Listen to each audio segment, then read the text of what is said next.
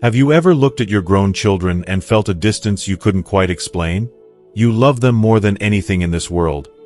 But the way they speak to you, it just feels different now, doesn't it? That feeling often starts small. An ignored phone call. A piece of advice that's quickly dismissed. But I have seen it in my own practice for over 30 years. This small gap can widen into a painful, lonely canyon of isolation. And here is the nightmare that no one talks about. It's not just about hurt feelings.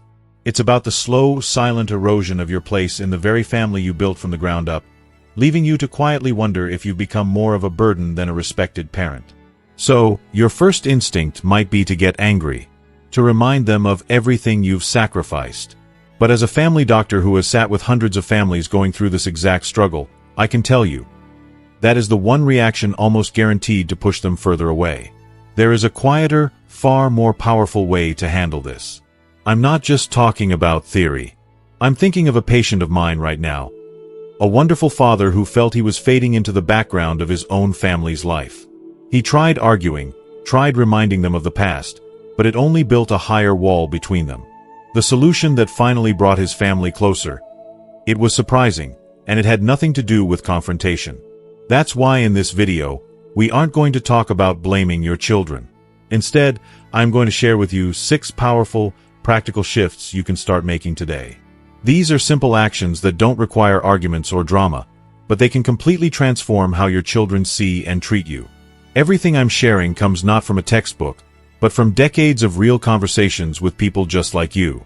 And please, make sure you stay for the 6th and final point. It's the one my patients find the most difficult to do at first, but it is the ultimate key to not only regaining their respect, but also finding your own joy again. Before we dive in, I truly want to know how many of us have felt this way. If what I've just shared feels familiar to you, please take a moment and comment a simple yes below. It lets me know you're here, and it shows others in our community that they are not alone. Okay, let's get started. Alright, let's begin with the very first step. Action number 1. Stop chasing their approval.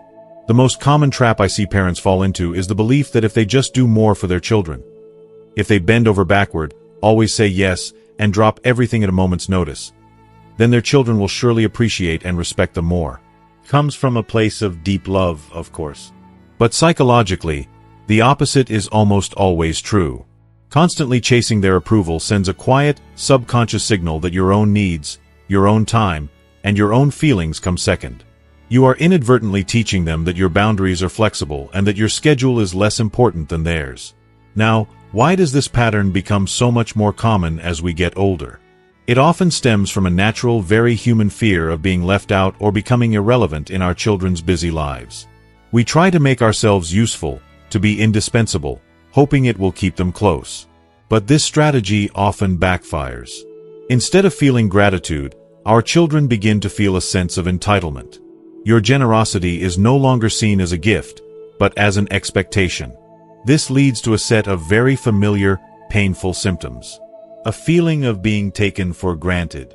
A deep, bone-weary exhaustion from always being the one to give in. And underneath it all, a quiet resentment begins to build, a sad feeling of being invisible in your own family. This reminds me so much of a patient of mine, a wonderfully strong woman named Carol. She had raised 3 children, mostly on her own, and was the very definition of resilience. But in her later years, as her children built their own families, she started to lose her voice. She would cancel her weekly bridge game with friends if one of her kids needed a last-minute babysitter. She'd bite her tongue when she disagreed with their choices. She'd always say, "Oh, whatever you kids want to do is fine with me," even when it wasn't. She told me she thought she was being a peacemaker, that she was keeping the family happy.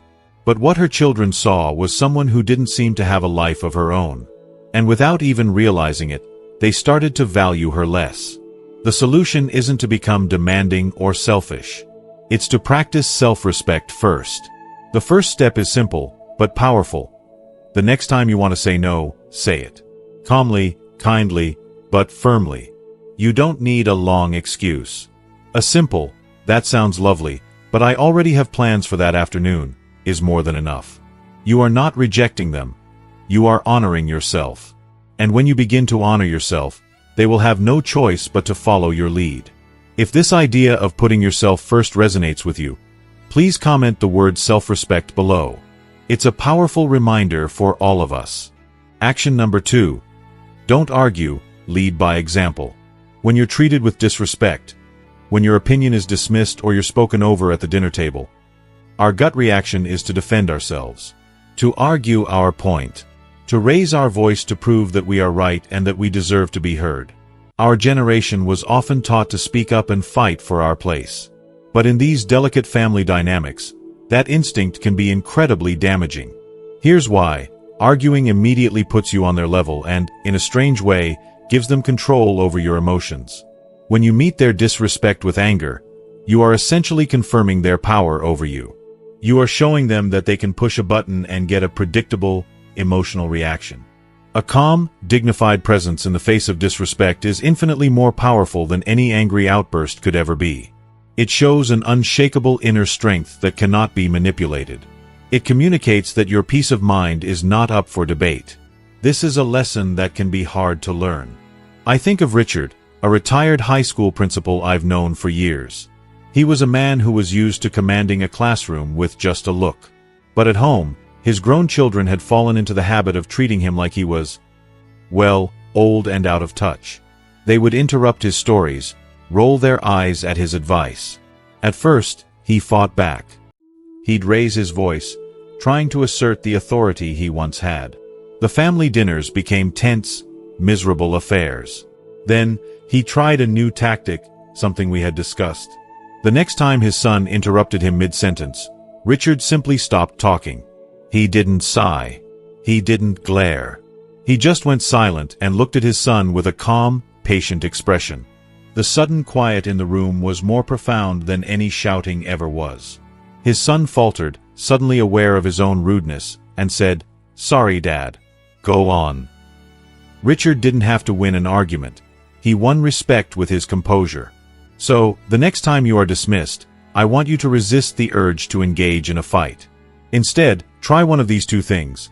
Either pause and hold a calm, quiet silence just as Richard did, or simply say, "I see we disagree on this," and then gracefully change the subject.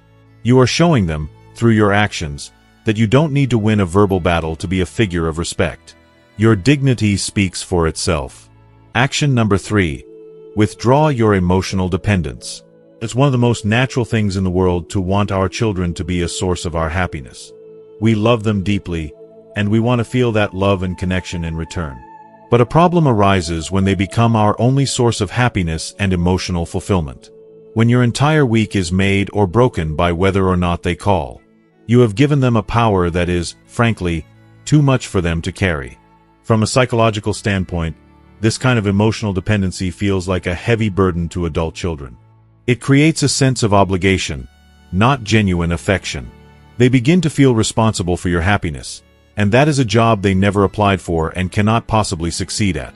Instead of looking forward to your calls, they may start to see them as a chore, a duty they have to perform to prevent you from feeling sad. This can lead to resentment, and they may start to pull away, creating the very distance you were afraid of in the first place. I remember a lovely patient of mine, Susan. After her husband passed away, her children became her entire world. She was a wonderful mother, but she would call them multiple times a day, her voice often tinged with a loneliness they could feel through the phone. She would tell them how much she missed them, how quiet the house was. She felt she was showing them love, but what they felt was guilt. Her happiness depended entirely on their attention, and that pressure was pushing them away. The solution she found, over time, was to rediscover her own sources of joy. Your task is to find happiness that has absolutely nothing to do with your children. I want you to think about what used to make you feel alive before you were a parent, or what you've always wanted to try. Join a book club. Take a gardening class. Volunteer at the local library. Call an old friend you haven't spoken to in years. The goal is to fill your own life with so much purpose and interest that your children's attention becomes a wonderful bonus, not a desperate necessity. When you next speak with them, you'll have something new and exciting from your life to share. Your energy will shift from neediness to vibrancy, and that vibrant, independent energy is magnetic. It inspires respect. This is a big one. If you agree that finding your own happiness is the key, comment on the word independence below. Action number 4. Set boundaries and enforce them. One of the most direct reasons children lose respect for their parents is, quite simply, because the parents allow them to. We often fail to set clear boundaries because we confuse it with being confrontational, unkind, or unloving. We tell ourselves, "Oh, it's not worth the fight," or "that's just how he is." But every time we stay silent in the face of disrespect, we are giving silent permission for it to happen again. It's crucial to understand this. Boundaries are not walls you build to keep people out. They are instructions you provide on how to treat you with respect. People, and this is especially true within families, will only ever treat you as well as you require them to. If there are no consequences for crossing a line, they will cross it again and again. This isn't because they are bad people. It's because it's human nature to test the limits. Your job is to gently, but firmly, show them where the limits are. I think of David, a retired executive who was used to being in charge his entire life. He was a confident, decisive man, but with his adult children, he became a pushover. They would casually criticize his financial decisions or make sarcastic remarks about his lifestyle. For years, he just let it slide, telling himself it was just harmless banter. But he admitted to me that it was chipping away at his confidence, making him feel foolish in his own home. One day, he decided he'd had enough. When his son started to lecture him about his investments, David didn't get angry. He simply held up a hand and said calmly, "Son, I appreciate your concern, but my finances are my own to manage. We're not going to discuss this topic anymore." The first time was awkward. His son was taken aback. But David held his ground. After a couple more attempts where David calmly repeated his boundary, the behavior stopped. His son learned that the line was firm. Your action is to decide on just one, non-negotiable boundary. Perhaps it's about their tone of voice. Perhaps it's about giving unsolicited advice. Or maybe it's about making last-minute demands on your time. Whatever it is, you need to be prepared to state it simply and without anger, and then enforce it. For example, if the issue is their tone, a calm, "Please don't speak to me in that tone of voice," is all you need. If they continue, you can say, "I'm not going to continue this conversation while you're speaking to me this way," and then you can physically leave the room. You are not starting a fight. You are ending a disrespectful interaction. You are teaching them how to treat you. Action number 5. Stop giving without appreciation. As parents, giving is in our DNA. It is one of the greatest joys of our lives to support our children. But there is a dangerous line that gets crossed when endless, one-way giving is met not with gratitude, but with entitlement. When this happens, the act of giving no longer builds love or connection. It breeds disrespect. The psychological reason for this is simple. Unreciprocated giving devalues the gift. When your time, your financial help, or your energy is always available without question and without thanks, it stops being seen as something valuable. It transforms from a precious gift into a baseline expectation. Think about it. When people don't have to earn something, or at the very least acknowledge its value, they rarely appreciate it. They don't feel grateful when you give. They feel annoyed and inconvenienced when you finally stop. I saw this exact pattern with a patient named Bill. Bill was the family fixer. If a car broke down, if someone needed help with a down payment, if a grandchild needed watching on short notice, Bill was the first and only call. He would drop everything, rearranging his own life to solve their problems. But he confessed to me that he hadn't heard the words, "thank you," in years. Instead, he got complaints when he wasn't available or couldn't do more. He wasn't a beloved father anymore. He was a free, 24-hour concierge service. The final straw for him was when he had a minor health scare and needed some help, and his children were suddenly too busy. His change was profound. He stopped offering. He just stopped. He didn't announce it. He just waited to be asked. And when they did ask, he would pause and genuinely consider if it worked for him before saying yes or no. For the first time, his children had to recognize that his time and resources were not unlimited. Suddenly, his help became a valued resource again, not an open tap. They started saying thank you. They started appreciating him, because they finally understood that his generosity was a choice, a gift, not a guarantee. So, I want you to take an honest look at your own patterns. Are you giving more than you should? Are you giving to those who don't appreciate it? Your solution is to take a step back. Stop being the first one to offer. Let them come to you. And when you do give, be mindful. If it's not acknowledged or appreciated, it is perfectly okay to give less next time. This isn't about being punitive. It's about teaching them that your generosity is a treasure, and it deserves to be treated as such. Action number 6. Build a life outside of them. This is the final and perhaps the most powerful action of all. One of the most effective ways to regain your children's respect is to show them, through your actions, that your happiness does not revolve around them. If your entire world is centered on your children and grandchildren, when your only news is their news, you inadvertently send the message that you don't have a life of your own. People, in general, are drawn to and respect others who have their own purpose, their own passions, and their own interests. A full life is an attractive and admirable life. When your children see that you are fulfilled and engaged with the world on your own terms, they start to see you differently. You transform from someone they have to check on out of a sense of duty into someone they want to be around out of genuine interest and admiration. When they see you as someone who is living, not just existing and waiting for their attention, their respect for you will grow exponentially. This is the story of Betty, a widow in her late 70s whose life, after her husband passed, had sadly shrunk down to just waiting for her kids to visit. She was lonely, and that loneliness was palpable in every conversation. On my advice, she very reluctantly joined a local gardening club. She insisted she didn't have a green thumb, but she went anyway. At first, it was just something to do. But then, something incredible happened. She discovered she loved it. She made new friends. She started entering local competitions. Soon, she was so busy with her new friends and her prize-winning roses that she actually missed a few of her children's calls. They were completely intrigued. They started calling more, genuinely curious about her new life.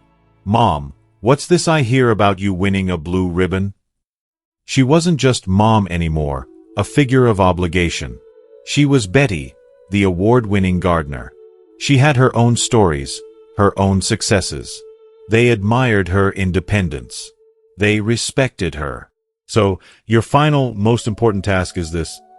This week, I want you to do one thing that is purely and selfishly for you. Visit that museum you've been meaning to see. Take that painting class. Go to the library and check out a stack of books on a topic you love. Start building a life that is so interesting and full that their attention becomes a welcome addition, not a necessary requirement for your happiness. When you show them that you are the vibrant, fascinating main character of your own life story, they will be eager to have a supporting role. So, as we come to the end of our time together, I want you to think back to that image we started with. That quiet, painful canyon growing between you and your children. That feeling of a slowly widening distance. What I hope you see now, after exploring these 6 actions, is that you hold the tools to build a bridge across it. It's a bridge built not with the heavy stones of demand or guilt, but with the strong, steady planks of self-respect and mutual admiration. A future like Betty's, where she is thriving on her own terms, surrounded by family who are drawn to her vibrant spirit. That is not a fairy tale. It is possible for you, too. If there is just one thing you take away from our conversation today, let it be this. You cannot control how your children act, but you have absolute control over how you carry yourself and how you respond. True, lasting respect from them will only come when they see the deep and unwavering respect you have for yourself. And so, as we wrap up, we've explored 6 critical shifts that can truly transform your relationships. But knowledge is only powerful when we put it into action. So now, I have one important question, just for you. What is the one small commitment you are making to yourself this week after watching this video? It could be as simple as, I will say no just once, or I will take 30 minutes for my hobby without feeling guilty. Please, share that personal promise in the comments below. Reading them inspires me, and more importantly, your commitment will inspire others in our community to take that first brave step. And if you found real value in our time together, a simple like on this video is a wonderful way to show it.